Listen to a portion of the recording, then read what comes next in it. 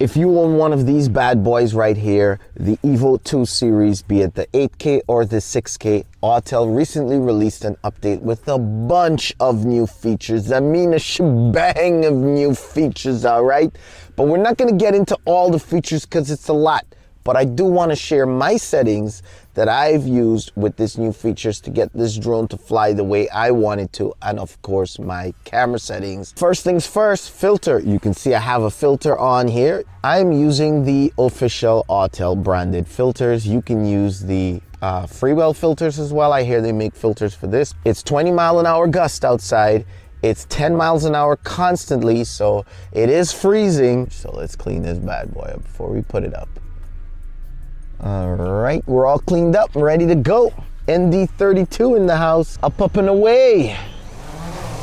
Let's start first with the settings. At the top right, you hit that little settings icon, and that will take you to first your flight controller. There's highlighted blue on the left. Let's scroll all the way at the bottom and look at advanced settings at the bottom there. See, it says advanced settings, click on that.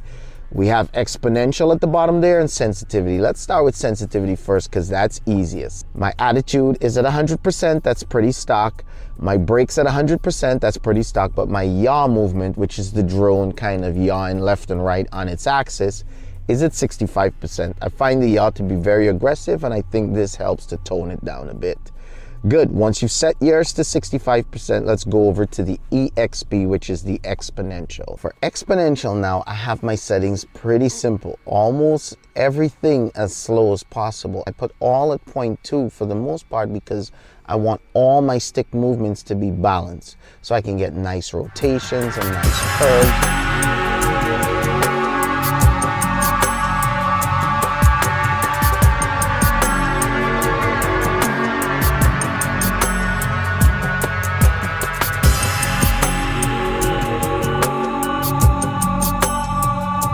So when it comes to the sticks movement, now look at how simple and easy this is. If I push down slowly, it'll go down slowly. See that? Nice and smooth and slow. And if I push up slowly, look, I'll push up slowly, it'll go up nice and smooth and slow. Gradual. There you go. Slow, up, gradual movements. Now if I yank it up, now I get the full force. You see that? If I yank it down, then I get the full force down, but that's not good for filming, right? So that's why we adjust the exponential. So when I push slowly, I get slow, gradual going up. Look at that. Now that's a filming shot. See that? But I don't lose the speed. I just got to yank it up if I want. Same thing when going to the right and going to the left. Let me look and make sure there's nothing to the right or to the left of me first. There you go. So that I can push to the right slowly with the right stick, slowly. See that? I get nice slow reaction, slow motion. There you go. Nice and slow. Smooth. Talk about filming. Look at this camera. It's like a bullet rock, solid, stable in the air. Just love it. And same thing with pushing to the left. You can push to the left a good way and it gives you a nice, smooth, slow, calming reaction. Right now, if I yank it all the way, yeah, I get the full, you see, I get the full reaction. If I yank it to the right, then I get all the full reaction to the right too, right? So it all depends on what I want. So if I wanted to do like a nice curling motion, I just use both sticks. But first, I like to get one stick moving first, usually the right stick, and then I'll apply the curl to it and then just hold it in that position. See that? Now I got a nice curling, calm, safe kind of a move. There you go. See, I've got both sticks and it's nice and consistent. That's what you're looking for. If I wanted to change, I could drop altitude, go slower, push forward, let it go, run through. There you go. We're gonna try and fly through the building now. See, with these nice, slow, responsive, you get nice, slow, responsive moves. There we go. We're gonna curl so we kind of wrap around this. Keep it wide, beautiful, nice, smooth, curling maneuvers. Beautiful, beautiful, beautiful. Oh, another thing is, let's go back to the wheel over there. Let's go to the gimbal. For the gimbal, look at the bottom there. My pitch sensitivity is 12. So that's pretty slow and smooth. I like that because cinematic looks, you want that slow and smooth movement.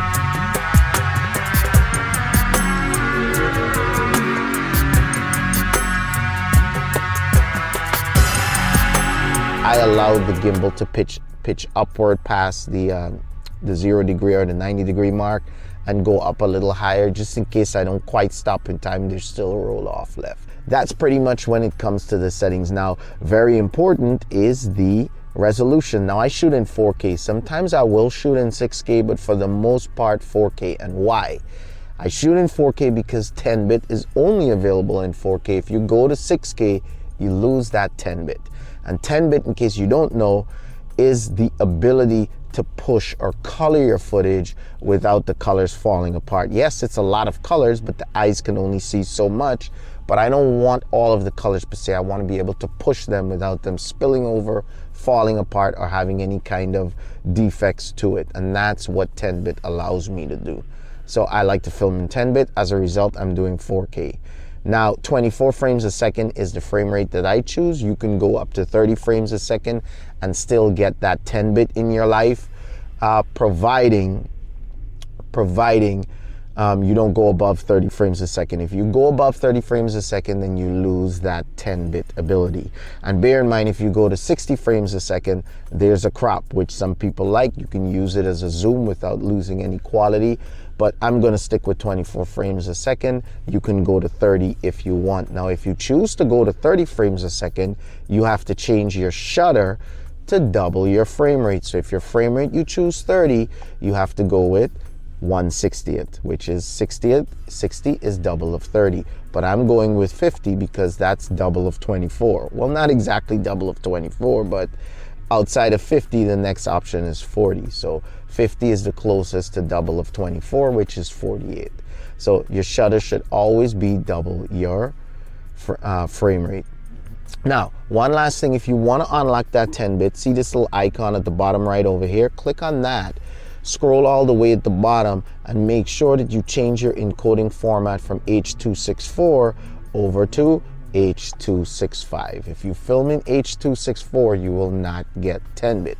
It has to be H.265. So now that we're in H.265, we have 10-bit unlocked, basically. So now we can exit back out of here and go to our settings. So we're in 4K, 24, MP4. You could do MOV if you want, it's up to you. It's preference, PC or Mac or whatever you prefer to film in. Manual exposure is important. If I'm not looking for 10-bit, I'm not looking for high quality video, right? And I can make a video about photos as well. Let me know in the comment section below, but right now we're concentrating on video. If I'm not looking for this high quality stuff that I'm showing you here today, I'll just put up my Mini 2 or my Ear 2 and just fly it, right? But when I'm looking for real quality stuff, that's when I pull out this bad boy here. So we're gonna film in manual, and your aperture, beauty with this, is not only has a 1-inch sensor, which is great for flying at night, but the aperture can go all the way from f2.8 all the way to f11. And that means it has like a little opening leaf that opens and closes and prevents light or allows light to come into the camera. And this is a pretty cool feature to have because it allows you to restrict light in case your image is too bright, or it allows more light in case your image is too dark without you having to play with your shutter, right? Your shutter is usually what speeds the image up. As you can see, it darkens it up.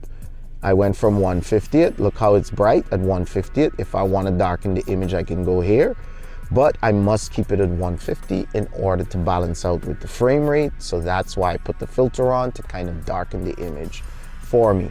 And because I have an adjustable aperture, I can also use that to my advantage, right? My ISO, I want to keep it at 100 unless I'm in low light. My ISO is typically good at 100. This shows my white balance, which is 5600. That's what I use in the daytime. 1x zoom, and of course, filming in log. You can film in none if you want to, but you can't really push the colors in none, right? Because the colors are there already. See, the colors are there. So if you really want quality footage, you've got to go in log like I am in here today. Yes, it looks like it has no color. It has the information in there, so you can add and push the colors yourself. If you look at my exposure, it shows that I'm overexposed by +1. I can darken the image simply by increasing my f-stop, and that will darken the image. Now I went to 3.5. Look at my exposure here. My exposure is plus minus 0. That means I am properly exposed or 0 exposed. So this is beautiful. Also remember, make sure you tap to focus first and then go recording into the abyss, right? Because you want things to be in focus. So that's pretty much my settings, right? So I mean, nothing here is written in stone. My style, I don't ever touch that. I like everything 0, 0, 0. 0 to out, right? This is your preference if you want to add or take away a little bit more sharpness, but I do all of that when I am color grading. And that's pretty much it. I mean, you know, you can zoom if you want. You have the 1x to 2x zoom, but we're gonna film in normal. Here today, my ISO at 100, I reiterate, very important, and I'm 0 exposed. Now, what I like to do is turn around and see how it affects the exposure. Now, look at my exposure. It went from 0 to -3, so that's a little dark. I can live with that. Let's turn a little bit more and see if it gets darker or brighter. It's at -0. Now it goes back to 0. See that? So I check all the way around me in a complete 360 to see if I will be overexposed. Minus, I don't mind, but plus, I do. If it's dark, the image and the information is there in the image. I can always brighten it up when I'm editing. But if it's too bright, then the information could get destroyed and I cannot retrieve it. So better a little dark and light. So this is perfect.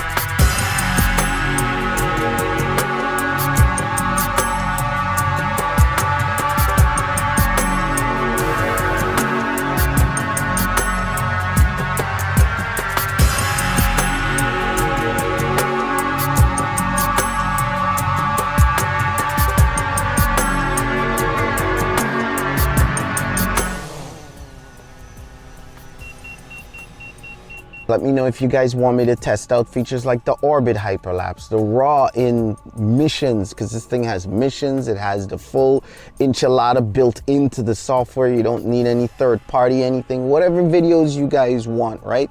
From this Evo 2 Pro, let me know what you want the most in the comment section below. I'll make those videos. Guys, like, subscribe if you haven't already. Make sure you hit the bell so you get notified when I release more Evo 2 videos. And the same goes for DJI FPV, Mini 2.